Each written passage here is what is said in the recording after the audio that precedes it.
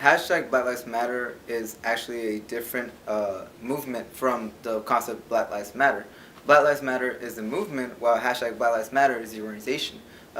It was founded by three women, and they all started the hashtag once they found out about Trayvon Martin's death. And so once that happened, they created this hashtag, and in this hashtag, they used it to pretty much use it as a catalyst for any other type of people who were interested in joining the movement. The actual movement, Black Lives Matter, without the hashtag, that started really kind of interesting because it actually wasn't a unification thing where they focus on just one organization to build from, but it was a chapter-based organization where anyone who had the resources, the determination, the activism, the leadership could create their own Black Lives Matter chapter within their area to protest and to stand in solidarity with the organizations.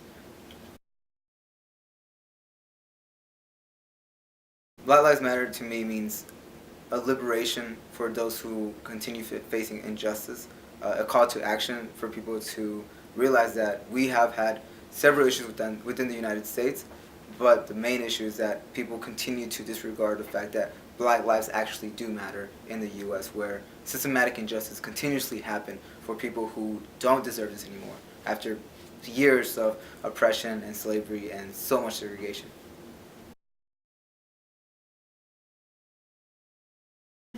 Yes, I do completely wholeheartedly support the movement. The reason I do support it, while people ask why do I support it so much, just because I'm not black, I don't identify as black or African American, it's because these are also my brothers and sisters. They are part of the community where we're all marginalized, we're all underrepresented and oppressed in our own separate ways. The issue is that while I may not be oppressed in the way that they are, it's important for me to acknowledge the fact that while my oppression isn't really affecting me in a different way, that like being killed consistently by police, it is affecting me in a way where I can have some voice to reach out to my own fellow community to help them out, my own Latino community, to let them know that this is something we need to work on. We can't simply be okay with the fact that an organization or a type of people in the U.S. is being targeted consistently by police and by the law, where we're just here just not doing much and not standing in support of our own brothers and sisters. So I believe that because I do stand in solidarity with them, because I do understand that their mistreatment, their struggles, and the way that they're being systematically broken down is needed for my community, for me as well, to have my own platform to help them out in their movement.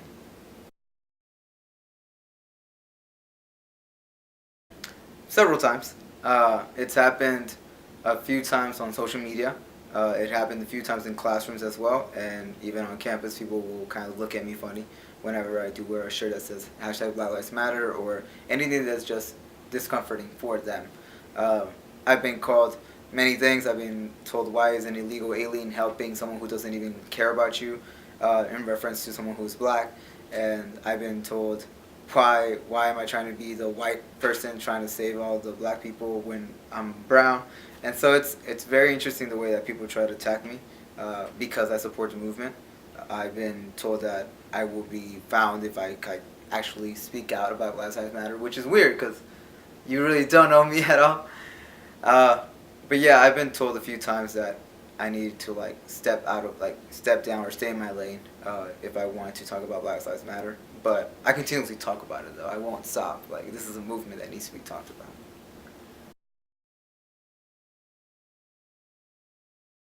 The first time I heard about the movement, I think, no, actually, I'm trying to remember correctly. It definitely was with Trayvon Martin. And I think it was probably a few months later when I was on Twitter and this hashtag came up, and I was confused. I'm like, what is Black Lives Matter? And I tried to find a source. I could never find a source because at that time, the website that they had for their organization and the movement wasn't up.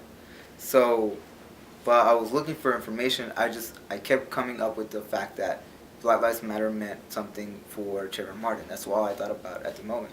And granted, I wasn't aware of how big the issue was, but I did already know that statistically, black people are targeted more than any other race in the United States. while they make up what, like 14%, or I don't know how much percentage of the population, if I remember correctly. And so it was very surprising for me when I started looking at the statistics and facts.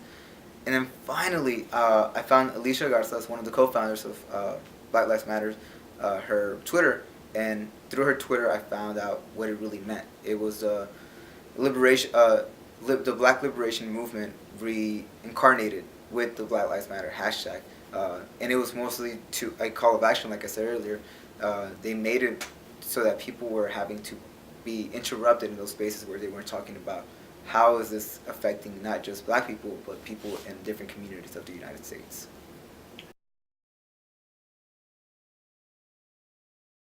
No, it is not a movement against cops or police.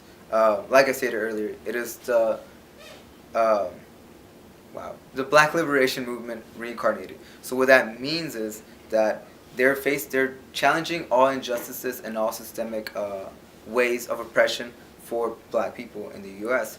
The reason that primarily people think it's cops versus Black people, it's not. It's because of all the deaths that have been happening with unarmed African Americans or Black people in the U.S. who have been killed because of police brutality and how they treated completely different from other people. You can see the statistics that in 2015, over 100 Black people were killed that were unarmed at the time by police. And so that's incredible, horrible rates of people dying just because they're unarmed. And at the same time, if you look on the other side, you see a statistic where white people aren't being killed at that rate. Why not? Why not them? Why just Black people targeted so much, while Latinos aren't targeted as much, while Asian Americans aren't targeted as much? And so I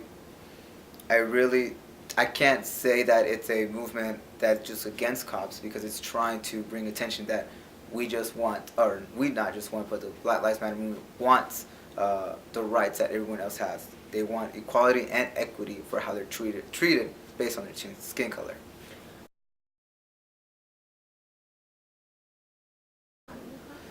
Uh, Hands up, don't shoot means so much. The reason that people sometimes have this controversy about that, because supposedly Michael Brown did not have his hands up whenever he was shot.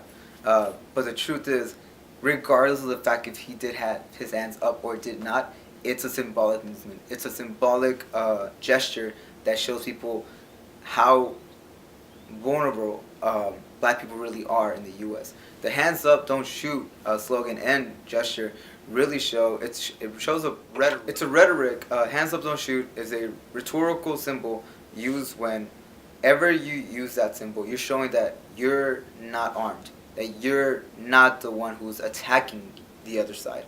It is the system. It is the police forces that are corrupted with racism, showing that they're attacking Black people. "Hands Up, Don't Shoot" really shows that Black people aren't doing anything wrong for being Black. It is not something that they should be oppressed for. And so when people say "I can't breathe," obviously Eric Garner's his death was completely injustice. It was a horrible way to see how 11 cops have to take one person down because they're afraid that one person who's trying to make a living should die for selling cigarillos, which really, like, there's so much more corruption out here. So whenever we say "I can't breathe," you can't breathe, we can't breathe, it really shows the fact that Black people keep being oppressed, and people don't want to talk about it. They don't want to address the fact that we really do have a racial tension issue here in the United States. And so "I can't breathe," it's also serves as a rhetorical symbol, a rhetorical slogan that reminds people that while you're fine, while you have your privilege, while you're not being oppressed, Black people are being oppressed every time they step out, and every time they see a cop and they suspect them for being a drug dealer, for doing something illegal, for even being considered illegal when it actually should be saying undocumented.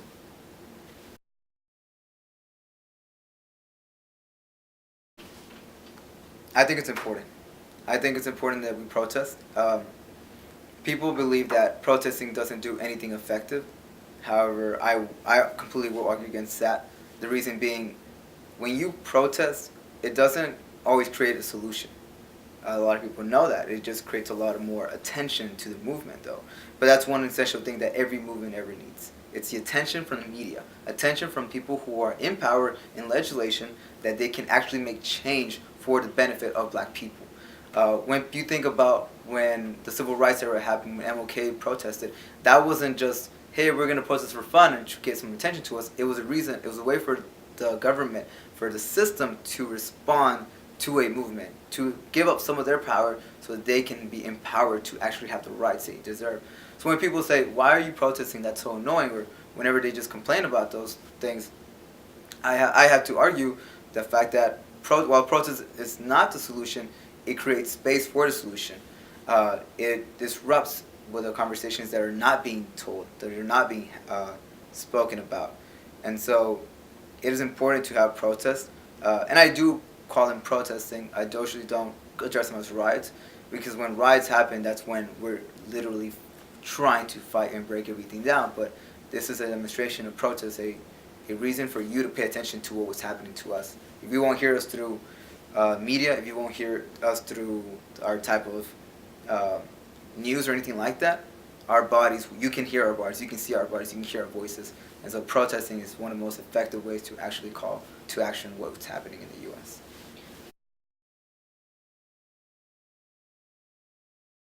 Racism is when someone can systematically oppress you, when they can actually put you down. Prejudice, that's when race, has different points of views of each other. But racism, it can only be done by white people, not people of color. And so when people say that, oh, Black Lives Matter is racist because you're saying Black Lives Matter, not White Lives Matter, Brown Lives Matter, or different color spectrums, I have to say that that's completely wrong. It's a flawed concept of thinking that we're trying to start a race war, or that we're trying to oppress you or anybody else, because we can't oppress you. We don't have any power. There's a reason that we're protesting, and that's because we want some equality and equity, some justice for what's happening in the U.S. So when we're asking you to please listen to us, to what's happening, we're not asking for just the power. We're asking you to realize that this whole system is racist, that we're not excluding anybody. The Black Lives Matter movement actually is very inclusive. In fact, it's had so many different communities come together and talk. And in fact, the first person who, at the first event that Black Lives Matter had, it was a black transgender woman. And she blew everybody away, speaking of how Black Lives Matter really tries to be inclusive and care about everybody. So when people say, oh, why are we talking about race? It's like, are you serious? Because on Gallup, a Gallup poll taken actually this year in the U.S., besides the economy, number 4 on that list of the most important problems that the U.S. population thinks they have is race relations. So while people say, why do we talk about race, when in fact everything really is about race? Why do we keep asking you, oh, what are you? You're exotic, you're different. And you don't want to bring up race without actually bringing up our struggles and what we're about, then that's when we have a confliction, and people need to realize that you cannot ever take out race out of the discussion, because that is who we are. It is our identity. It is part of our self-actualization that we need to hold.